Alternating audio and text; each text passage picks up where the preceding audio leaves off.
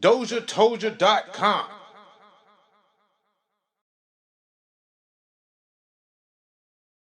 Blue Franswa, the famous Blue Franswa. I'm the infamous Dame Dozha. Sit here, I just want to have a conversation with you, brother. Shine some light on what you're doing. Yeah. And kind of before we do that, I just want to say, now usually people will hit me up and they see me out with a camera, and whenever people have hit me up and asked me about photography, and they coming from, who can I go to that's real creative? And I be kind of scared to tell them. I be kind of like worried a little bit, because I'm like, well, are you really serious about what you want? Right. And they be like, yeah, I'm serious. I need the best though. Whenever they say the best, I think of Blue Franswa. Right. I appreciate it. And not only, not to give you your flowers early, not only on the photography level, just the caliber of your character. It's always been the best. Wow. Since middle school, you've been this character. You've been this character my whole life. We wearing the same hat. Yeah, but we've been this character.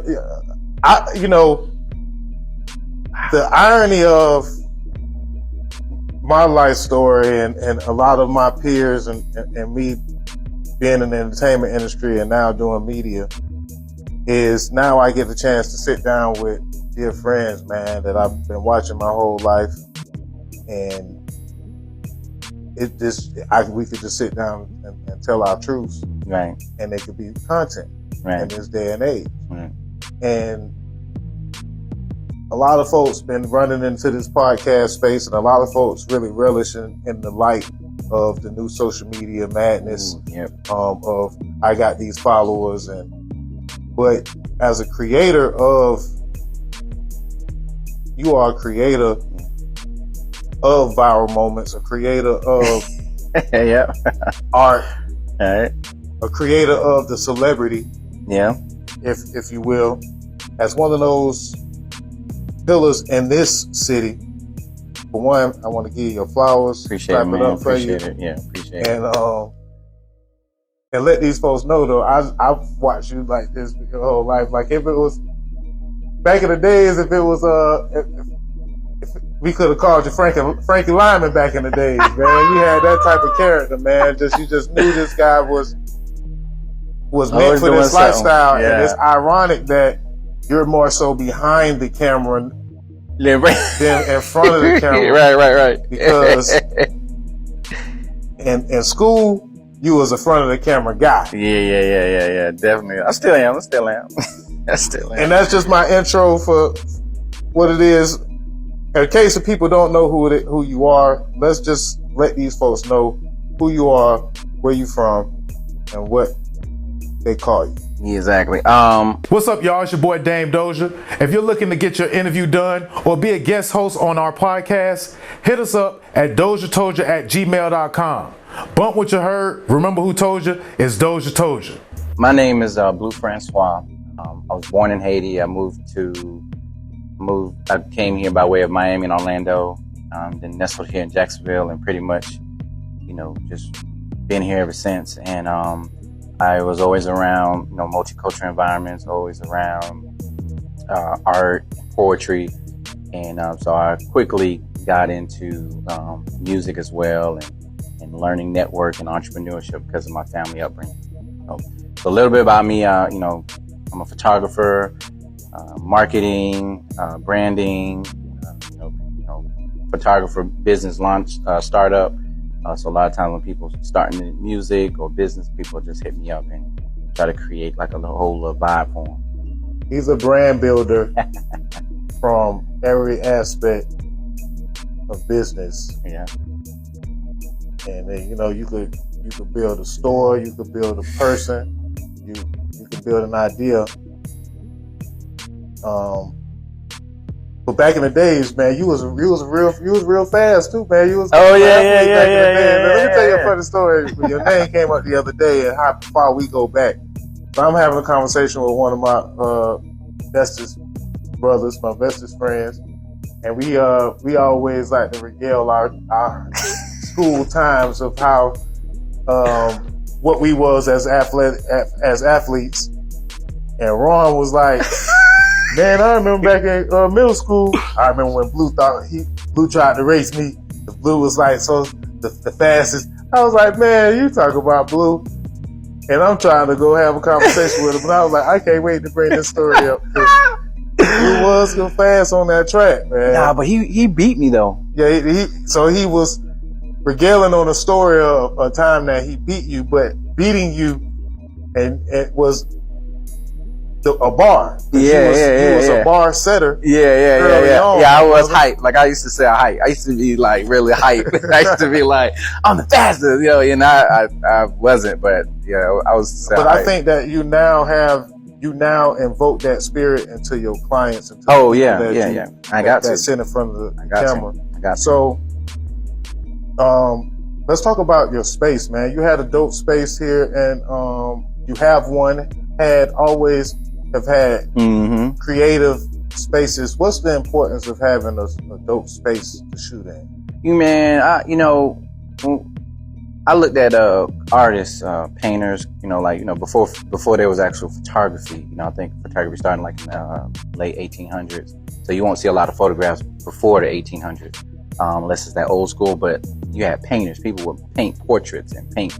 And so you had to have like a space, a private space. You had to have some kind of area. Because doing it at your house or doing it at your friends or doing it, so to create and to do, to hone in on that skill, you got to have a space that that exudes creativity. So that was always my goal. Like, no matter if I had the money, the funding or finances, I always found a way to make a way. Right. And nowadays everything's kind of getting more micro and kind of condensed, where people are doing a lot of things. Work from home is kind of a more of a norm, but you offered a variety of looks in one space. Do people come, like, how does that when it comes to getting the right look for a client or a model? A lot of times it's more about what someone needs and wants, because I always like look at people that came before me, like people who saw a problem. So if somebody need a different look or a different vibe, coming to me would be like the solution. Like, hey, we don't have to be in the studio. We can go on location. Hey, I know somebody who got an old school vert. Hey, I know somebody who got a motorcycle. So being able to solve a problem for that person who wants photograph, that was always my goal, to try to overcompensate by offering, hey, I can get this happen, I can make this happen, I can do this for you, so that's how I kind of came up in the ranks, because there's a lot of great photographers, and I don't never really feel like I'm the best photographer. I feel like I just offer maybe a great experience, or I have a lot to offer in other areas, and then of course I take great pictures, but I don't feel like I'm the best. I feel like I'm great at what I do. You get what I'm saying? Right. And I agree with you. But I know that you represent the best. Oh, yeah. And your character. Like, basically, you're a representative of being your best. And I think you put that confidence in people when they work with you. Oh, That's why they come back. You also, are very different, even with Franswa. Right. And just owning that, right? Yeah. What's your feng shui, Franswa? Man, what's so funny? I would tell Franswa feng shui. Before I tell you the feng shui, I gotta tell you the secret. I used to live before I met Dame Dozha. I used to live on the north side at the time. I was going to Mandarin Middle, and I was always getting in trouble. I wasn't like a hood dude. I just lived in the hood. And so, You have blazers, man. Your dress game was just like, I would say over the top, but it was just futuristic. Yeah. So when I was in middle school, I was looking to I don't know where I get it from, but I wanted to like rebrand myself at a young age. I think I was 13 and I gave myself the name Blue. And at that time, I used to, I kind of would dabble in with rapping and doing music, and so they used to call me Blue Only, meaning the only blue, the only one, in Italian or something like that. But it was like Blue Only. So and then because I did music, B meant bringing lyrical, unique, and excellence. BLUE. So it was okay. Blue Only. So I used to rap, do whatever, and then come to find out, I didn't know how to rap, wasn't great at rapping, but I kept that name Blue. And because I'm Haitian, at first my original last name is not Francois. But so when I came up with Francois, it represents my culture and heritage. So I said, let me just go ahead and just say Blue Franswa. And so I kind of transitioned to getting more into melodic music and helping people like entertain and perform. So my feng shui is more so is just trying to like invoke, energy in people. Like I want people to feel rich and important when they deal with me. I want them to feel special. And so that's my little feng shui, making them feel important. So that's where the Blue Franswa came from. Yeah. And trust me, it's been years before people was on that on that French vibe, before they had niggas in Paris. My boy was born with it. Yeah. Dang. But yeah, man. We go back. We got some years with us, but I just want to let the folks know, for one, how dope you were. Appreciate it, man. For two, where you come from and why you do what you do. If there was anything that you can do differently in your, like basically you spoke about the fact that you used to do music, but you wasn't that great of a rapper, right? But if it was, we spoke about your athletic abilities. If it was one thing that you could have done differently growing up, what would it be? I kind of wish that I would have focused on football or even like track and field, because that created that integrity and that not so much of competition, but that drive to be competitive within myself. And I wish I would have stuck with it. And, kind of see how far it would take me, because I admire people who are I admire all athletes. Because the discipline. Yeah, because it's, what I'm saying, but I use that same discipline from when I ran track or played football. But being able, every day just going out to the track instead of like going out and being in the neighborhood, hanging out with friends, watching TVs. I didn't grow up playing a lot of video games, but I would go to track practice or I would go to football practice, and then I would play games here and there. But I think that discipline allowed me to carry that along in my, adult life. So, what advice would you give someone who's just now starting in photography? You've done event photography, creative photography. I mean, every different that I could see, you do different, but I know it's a different space. Different. Right? Yeah. So which start would you give advice, man, to someone that's just starting? If somebody's just starting photography, I would just the advice I would give is just invest in knowledge. When I was coming up, I was always encouraged to go to college, go to school, and I was just looking at it costs like maybe $30,000-$40,000, and I'm looking at the cost of people are investing money into knowledge and education. So if you want to learn something, advice I would give someone is just invest in getting, paying for workshops, invest in making sure that you learn your craft, learn the basics of cameras, how they work, So I would definitely give that advice to anybody who's getting into photography. Like, learn more about what it is that you want to do. Invest in yourself, and that money will come back. Thank you. It's hard to have that foresight, and even have confidence is tough in our culture. And the things that bring the confidence, unfortunately, bring stress and strife as well in our culture. So people would choose entertainment or they would choose sports for the wrong reasons. Sometimes, like you brought a interesting point in the drive of it, the discipline to go along with your abilities. Wouldn't have been, it would be nice to see what you could have pushed yourself to do. Right. But at the same time, investing in what you can push your mind to do at an early age. Also, that's something that I look back and kind of like have a little inch of a regret of not finishing up at FAM. But I did gain a great network, and I'm grateful for this blessed network that I've had, and now it's time to celebrate the stories of that network, and you're a part of that network, my brother. When people come to me and they ask me about having a photographer that's, like I said, to a caliber of the best, your name comes up in my mind, and I know a lot of good photographers. You know what I'm saying? Just to kind of wrap things up for right now, I want you to come on one of my other podcasts. I would like to tell Big Shed, DJ Shed, to pull up. DJ Shed, I came back at him with the gospel mix on Sundays. In case anybody know Dozha Radio, we out.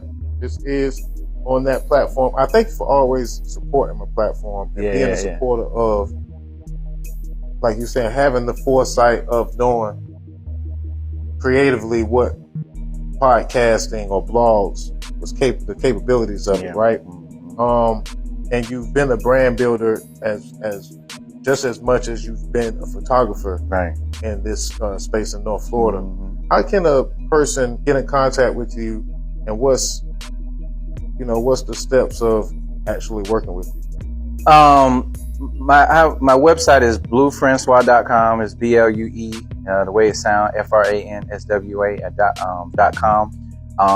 I'm very active on Facebook and Instagram, so that's just send a DM or a message. And prior to sending a message, just make sure that you're ready to go to the next level. And then, so if you have a desire to work and put in the work, then I will be an ideal person to work with you. But if you're just not ready and you just want to, one thing I don't do is I don't allow people to waste my time. So I have a good sense of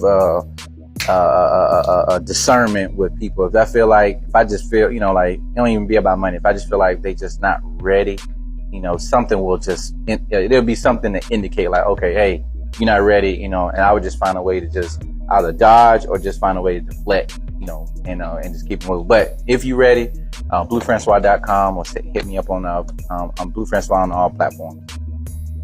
And the many hats that you do wear, before we close out, I want to ask you about the promoter, the Don King that I know you are, the real Don King that I know you are. See, a lot of folks, again, you be behind the camera, so they don't. Yeah, they don't know. They don't really know that. I'm sure they know once they work with you. But you just promoted a party not too long ago. You've been back on the scene. You promoted a creative. You've been putting together seminars for the creatives. When is the next party? When is the next seminar? It's funny you say that. December. And where is the motivation for you doing these? Man, I'll start off with the last question and work backwards. But when I went to Atlanta is like a gumbo pot of just a mixture of just cultures, black people coming together, people doing things, creativity.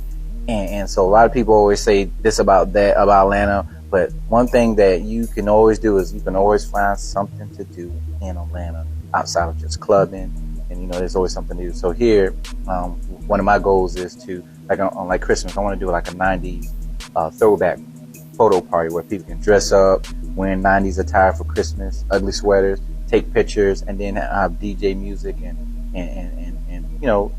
food, just have a good time, So I want to have that. And then for creatives, I also want to create a space where, because there's a lot of times people haven't never seen high-end professional equipment where they have access to it. So, I always try to invest in my equipment and always try to create a space where people can come see see what they need to be, see what they need to have, the right tools and equipment and stuff like that. So my drive just come from just again, watching people that came before me, being a student of my environment.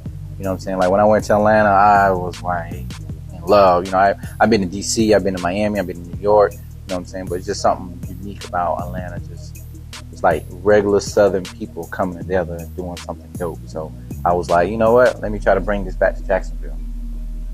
It's a thing that I like to do before Dozha is about being forward and being futuristic with your opinion, and being opinionated for that matter. So I want to ask you a couple of your favorites just to put you on give me one of your favorite future models, man, that you're working with, that you have worked with, or that you want to work with. Man, I would like to work with Iman. I would like to work with who I really like working with? Chameleon. She's really dope. I work with her. I've seen her transition from, they actually grew up together. We lived in the same neighborhood. My father was cool with her mother, and then so I seen her in every phase of her life from, you know what I'm saying? So, but now she have this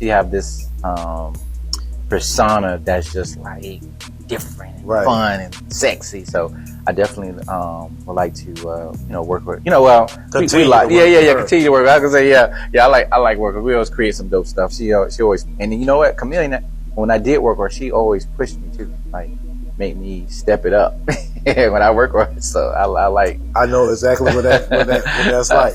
Yeah, I like working with her. So what about on the rap, on the music tip? Oh man, you know what? What that is on the music. Yeah. I was gonna say, you know who I would like to maybe work with? I would like. I don't know if y'all ever pay attention, but you know who's really dope? Cardi B is dope, man. I mean, no matter how ghetto people think she is, like she be, like I be looking at her content. I would love to work with her. I can see myself working with her. I would also like to really work on not like I've done event photography for Rick Ross, but I would love to like do like the next album cover, like do something bossed out, like you know what I'm saying. So I would like to do something where it's like specifically for media consumption, where people can say, so I can say, hey, I did the album cover. I did a lot of album covers from a lot of artists here in Jacksonville that blew up beyond and done numbers. But to work with somebody like outside of the city, like I've worked with Kevin Gates by way of like work with another artist, but I work with Pretty Ricky. But I would like to be able to say, they call me and say, hey, we need you to do our front cover. You know what I'm saying? So I would like to get in that space of being sought after. So that's one of my goals, is creating work that'll make people want to look for me. You know what I'm saying? So we got a holiday party. We got plenty more workshops, seminars on the way. And anybody that's looking to be on that level of the best of the best, but different, Blue Franswa is going to supply that. Yep.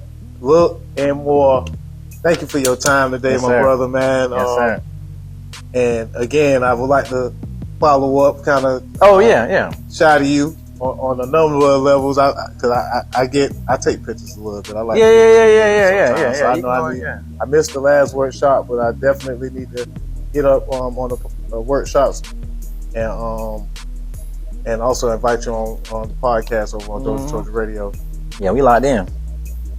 Y'all come check out my boy down here in Duval. If you need him to come where you at, he travels. Just have the check ready.